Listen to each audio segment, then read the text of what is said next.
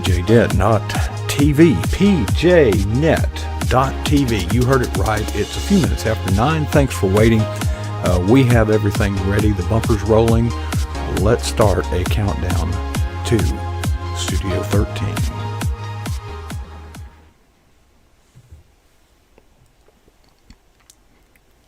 Well, good evening and welcome to pjnet.tv. I'm your host, Coach Prasic. It's Thursday night. We've had an incredible week every night this week. Thank you for those of you who join us in the PJNet chat room, the best kept secret on the internet. Look at that, folks. They're all logged in. Everybody's there. We invite you to join the fellowship and the fun as we welcome our guest, Monty Hobbs, who is appearing actually for the second time here on pjnet.tv. Monty, do you realize, I looked it up, last time you were on this stage was the last few days of April of this year, but you're no stranger It's been a while. to PJNet, definitely.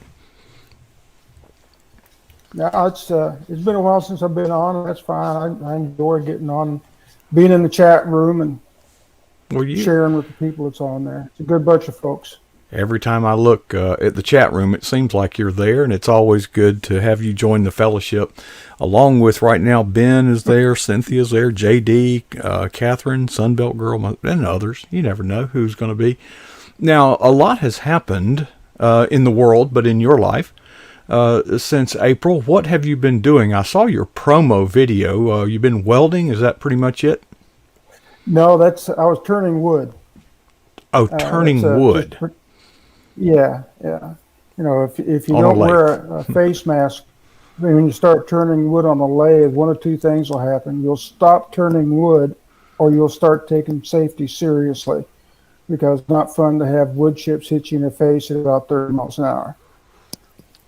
So that was a helmet. Well, what if there's a nail in the wood? If there's a nail in the wood, I won't have it on my lathe. This is pretty simple. You don't turn anything that's got hard objects in it. Well, I was splitting a tree one time with an axe, and I was surprised. You know, it was a very old tree. It was dead. But I guess nails had been used to whatever, but I kept seeing sparks, flying. I've done that with chainsaws. I cut enough wood and split enough wood that I have found some metal objects inside. Oh, yeah. And that's another reason to wear a face mask. It's good. It's good for you. So I don't have the patience to turn wood, nor do I have the room to put any of that stuff. But I do admire the craft in general. Is that kind of a lost art, among individuals now? I don't think so, really. There's been a big upsurge in it the last several years. And it's really easy to find all kinds of wood turning videos on YouTube. And there's a lot of suppliers for the hardware as well as the wood products that you need. So it's pretty popular. Well, I was kind of teeing it up. I figured you've been doing more than turning wood, because every time I turn around, people are talking about this new book. Before we talk about the book, aren't you busy enough? Did you need something to do? I mean, your ministry is quite impressive even without the book. Well, I don't supply a pulpit anymore. That's part of my history. But I do blog every once in a while, not real regularly. And I'm retired. I'll be 71 in January, so I'm a retired guy. I just kind of decide what I want to do, and we pretty much make that happen. We've got the time for it between my wife and I. So maybe was this a bucket list thing before you leave here? Check out. You want to write a book? Is that maybe it? Yeah, I've always kind of enjoyed writing, and I've told the story before where when it came to this book, I had been leading a men's group, and there were men there that professed to believe in Christ. They knew Christ was their Savior. They were Christians, but they really couldn't explain it. I mean, they could explain, okay, Christ died on the cross, big deal. Where do you go from there? They were really at a stopping place there. They couldn't put it all together. So one night, my wife can tell you, I was laying in bed and couldn't sleep. So I got up and started typing on the computer, and I had the introduction, the first draft anyway, just about done in about an hour and a half. And then I went back to bed and got some sleep. And since then, I've been working on the book a little bit at a time. I got some good advice from people. And in fact, I got some good advice from one of our friends here on PJNet, JD. Everybody knows him. It went from a book to a study guide on the gospel. And what I tried to do was explain the gospel in a simple but somewhat entertaining method or way. I've read books by John Piper and John MacArthur and a lot of other Johns and other people out there that write, the books on theology. And what they have a tendency to do, I'm not saying they're wrong because they're a whole lot more successful at book writing than I am, but they'll get on a point, what could be perceived as a minor point, but an important point, and they'll go on for page after page after page talking about, and what I have a tendency to do is start skipping pages because they just beat a dead horse to death.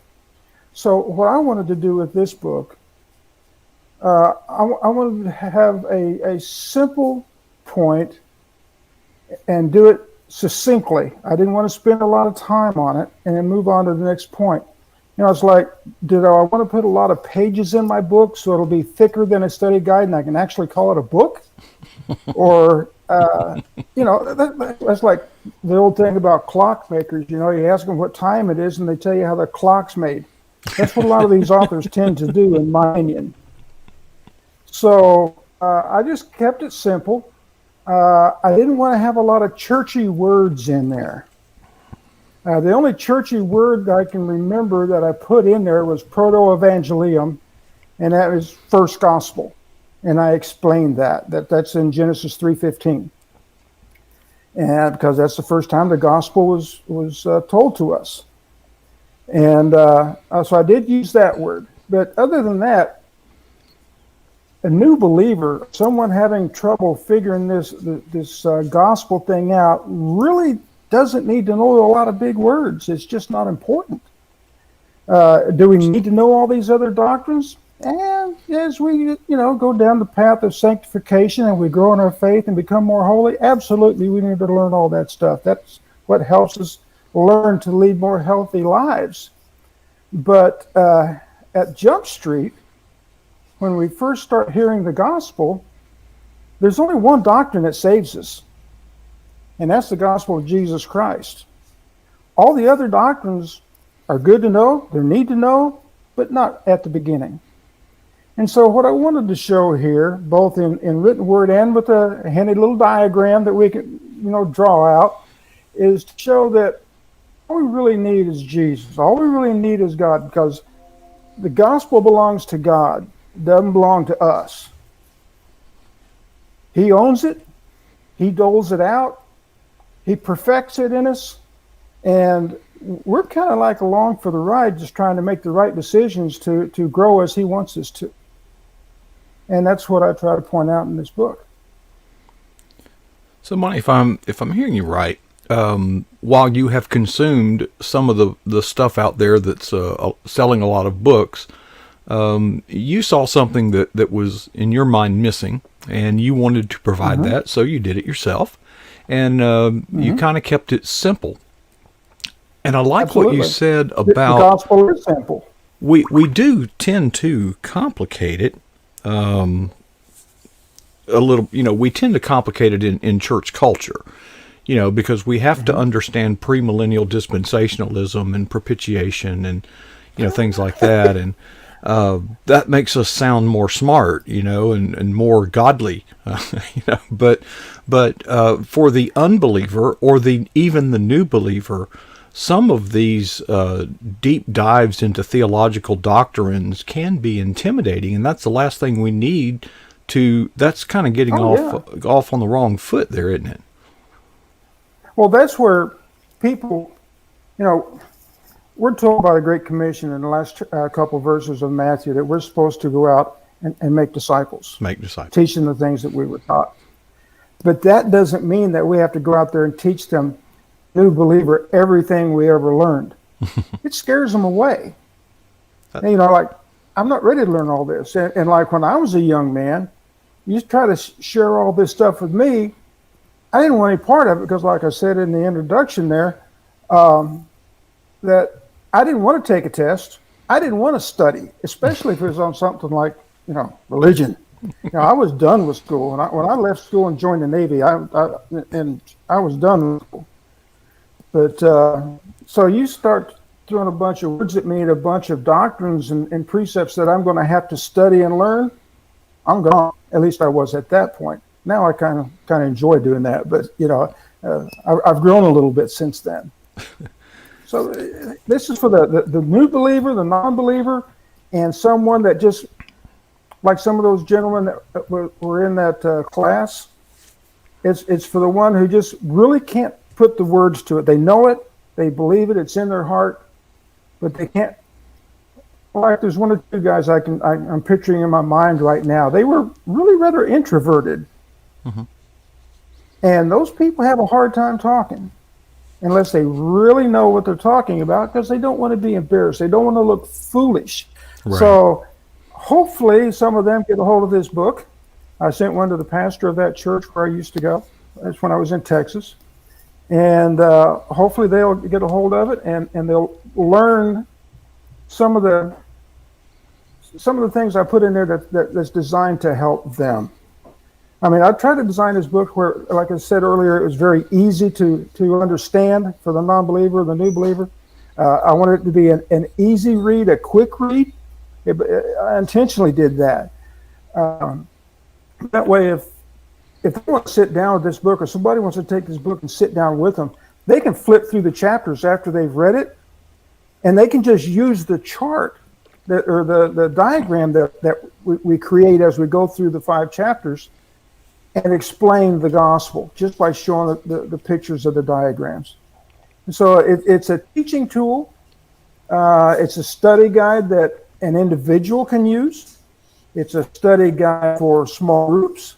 And I even think that parents with children, now perhaps the itty-bitty children, but those that are old enough to start understanding, if they're so inclined, can sit down with some quality family time and teach the kids to research scriptures, because everything on the diagram that I have is supported by scripture in the narrative.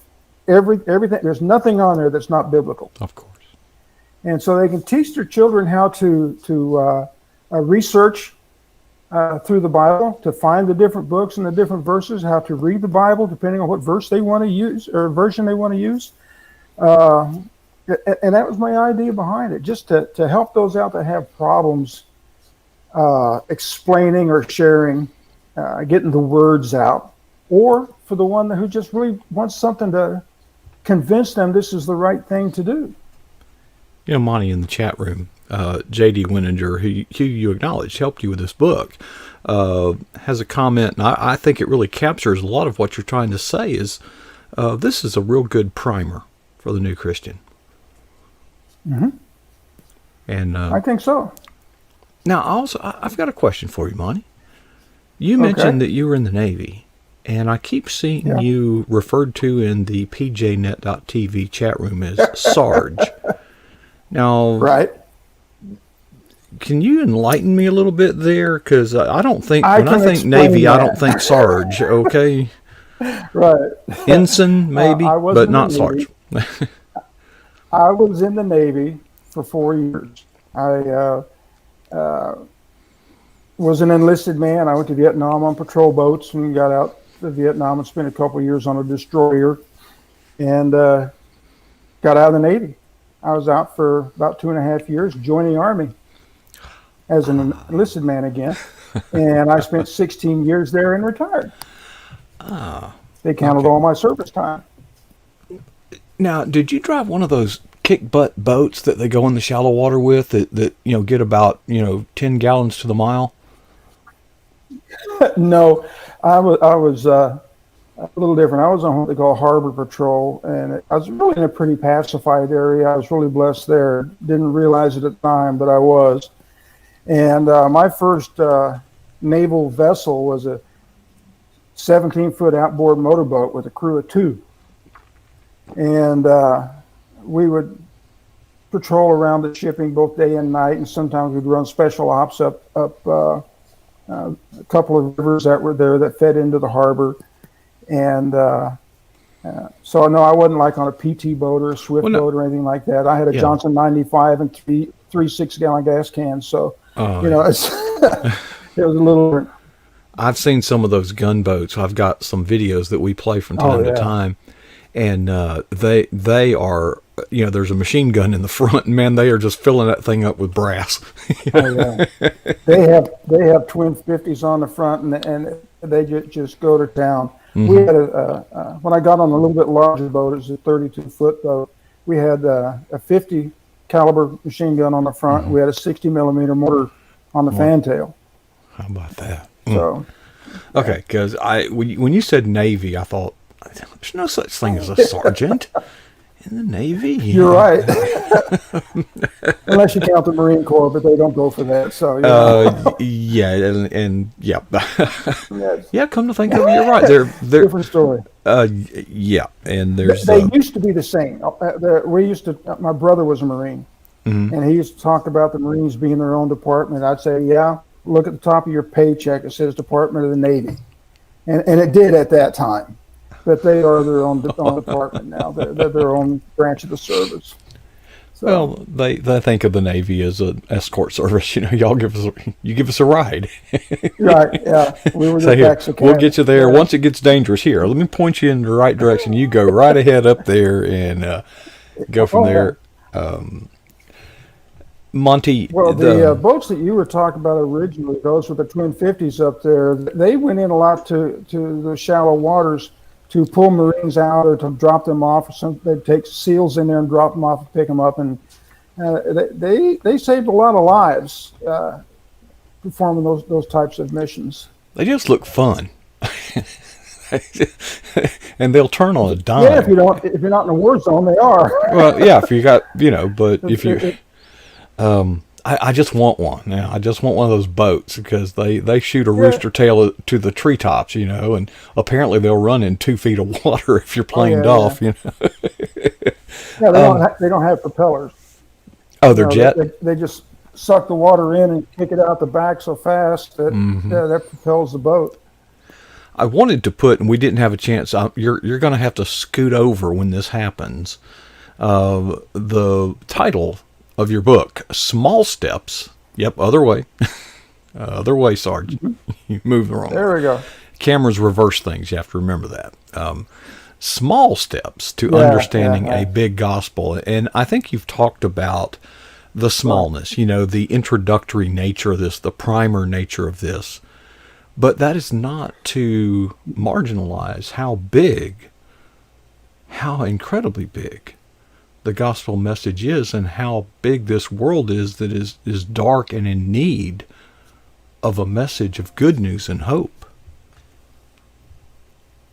Exactly.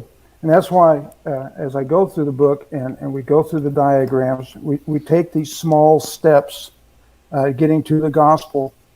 But then I think maybe 2 or 3 times in the book total, I go completely through the gospel, just one word after, from the beginning to the end, as you might want to present it.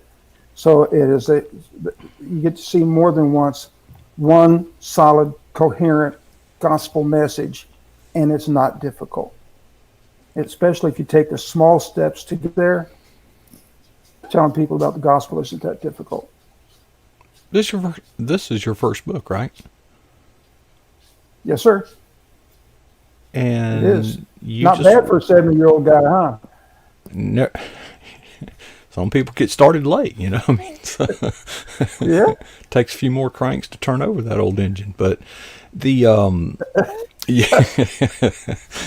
you were up late at night, couldn't sleep, probably because of a guilty conscience, no doubt. But that's why when I'm up and can't sleep, it's my guilty conscience. And people sometimes question that, saying, "Well, I thought you were a believer." I said, "Yeah, that's why my conscience bothers me now. When I wasn't a believer, it didn't bother me at all. I did whatever I wanted, slept fine." you got some help from JD. Well, what kind of help?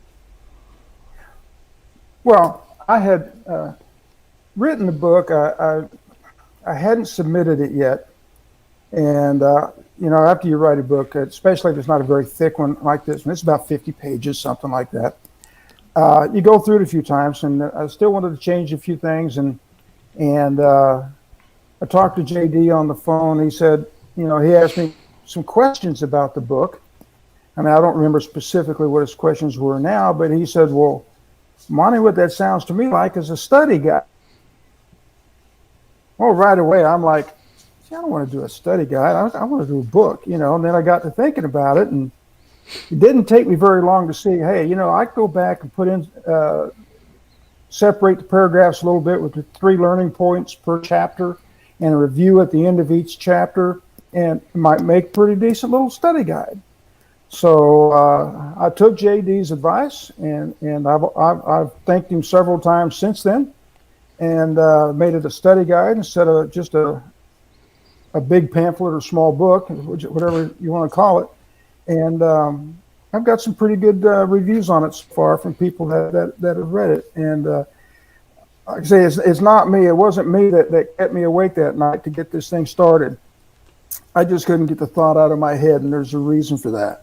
And so I started it, and one of the things that really bothers me when we share the gospel, and I don't get into it a lot in the book, I do cover it, and that is that God is just not a God of love and mercy. He's a just God. And you can only have a just God if he loves justice. And he says that, I think, in Isaiah, that he loves justice. So and I've been told in the past that, I really don't need to get into sin when I talk about the gospel, because that scares people away. It's uncomfortable. And I'm like, I hope it makes them uncomfortable to living in sin and they're not saved. Exactly. If you don't know what you're being saved from, why would you want to change your life? If you're going to be okay and do whatever you want to do and go to heaven, that's like the people that don't think God is anything but total love. He's got mass murderers and rapists and serial killers on his lap for story time with no hint of repentance. That's not a just God. Mm-hmm. So we have to share that side of it too. Sometimes, every now and then, I get a chance to speak, to usually a group of men at church. Not often, but sometimes. And one time I introduced it and said, my goal is to say something to make you uncomfortable. And I want you to be so uncomfortable that you actually change the way you do things, to actually do something. Absolutely. Absolutely. Motivation, having, I guess they call you Sarge because you were a drill instructor. Is that a safe assumption? Is that right? Right. Then something about motivation. I was drill sergeant for 3 years. Right. You have to understand motivation.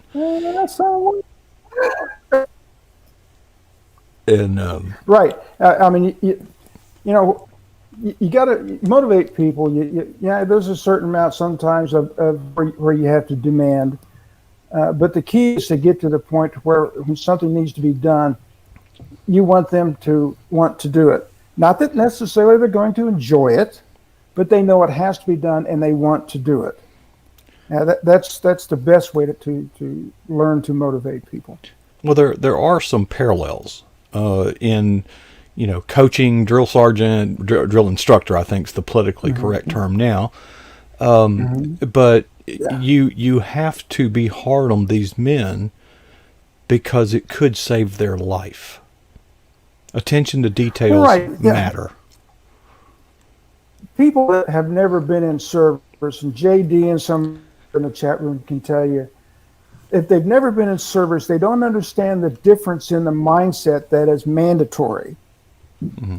And when you get your recruits in, these days, years past, decades ago, your average age of a recruit was in their mid-20s. Now we get, the average age is 18. Mm-hmm. Most of our people that come in, at least they were when I was a drill sergeant, well, now a couple of decades ago, and they have no idea what being in the military is. And so you've got only have a few weeks to convert these people. And it seems that the best way to do it, at least initially, was stress. Mm-hmm. Physical and emotional stress with a lot of teaching, a lot of motivation. I never talked about their mother. I never talked bad about them, called them names and all that kind of thing. It just wasn't necessary. I didn't sad them. It wasn't necessary. But you break down Mm-hmm. their belief system and what they did do, and compare it to what they need to do to live. And that's kind of perhaps not too clear, but that's basically what you're doing. You're teaching what it's like to be a coherent unit, a coherent team, one team, and sometimes it's necessary at the cost of your life. Well, I guess the parallel that I was kind of driving at is it takes a certain measure of tough love. And it was, I think, best put Mm-hmm. by an atheist made this point to me. Penn Jillette, if you know who that is. He said, Yep, if you're sure a Christian and you sincerely believe that if I die without Christ and go to hell, if you see me in a road and a car is approaching me and is about to run over me, how much would you have to hate someone not to intervene? And you can Absolutely. be critical of tough love because, as you say, God is just. And when we are expressing and teaching that God is just, we are not doing that in angst or hate or an attempt to humiliate or embarrass. We are doing it in love because how much would you have to hate somebody to not do something to keep them from living an eternity in hell? So, but it's in there. We have to preach both. The angst and all that. Right. And if we go at it with those things that you're talking about, the angst and all this other thing, what you're actually sharing the gospel for then is you, Mm-hmm. not the other person. You want to sound good. You want to look good. You want to get the mark on the wall for saving this when that's way above your pay grade. None of us are ever going to save anybody. You got that So, right. yeah, it has to be a love and concern for the other person. And sometimes that takes tough love, like you said. Sometimes you just have to say, look, dude, I'm sorry I hear what you say, but you're just wrong. Well, it's in there. We got to preach it, and God's love is in there, but God's justice is in there too. Right. So it takes both. We don't want to do one to the exclusion of the other. It's just the truth. That's all there is, And Ted Cruz would say, "Tell them the truth with a smile." It's in the Bible for a reason. Yeah, just do it with a smile. It's in the Bible for a reason. You can't pick and choose the verses that you want to believe. If you're going to believe one verse, believe all of them. Yeah. If you're not going to believe one, don't believe any of them. Yeah, It's just this is that not simple. a la carte or a buffet where you kind of take a bunch of what you like and none of what you don't. Nope. You got to eat the meat and taters That's right. before you get the dessert. It's the way it is. Monty, we have gone a little long tonight because JD has given permission to go long. He's willing. He's always such a gentleman. He was even Bless his willing heart. to step aside so that you would have a time this month as your book is coming out. To share about it, and we appreciate you sharing. But Monty, I can't tell you personally how much I appreciate your faithfulness in the pjnet.tv chat room and your support. What drew you to PJNet? I don't even remember when we first intersected.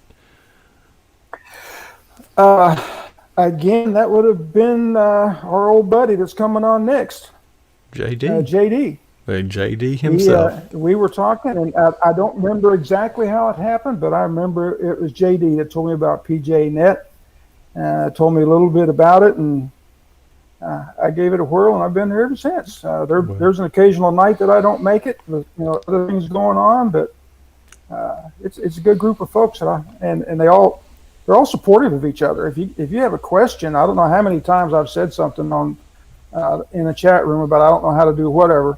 Mm-hmm. And there'll be 2 or 3 people say, well, if you can't figure it out, give me a call. Well, I'll help you out. Let me know this week. Unfortunately, yeah. And I've done that once or twice, but generally I get it figured out in time. We got it. Well, Monty, speaking of JD, let's step aside so that he can have a little room to come in here. But thank you for sharing not only your own personal Glad to be experience, here. but sharing about your book. And we look forward to seeing you again and again and again in the PJNet room, which is proudly being displayed on your screen in its full glory.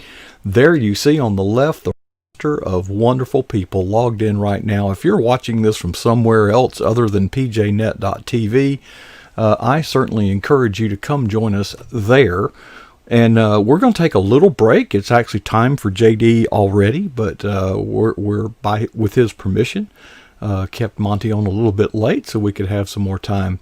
So we're going to take a little break and set up the studio again, and we'll be back in just a few minutes with JD Wininger. And until then, I would like you to consider two serious questions. First, what is the boldest thing that you've ever done for Jesus Christ? And secondly, when was that? I certainly hope that none of us would be satisfied with our answer to either question.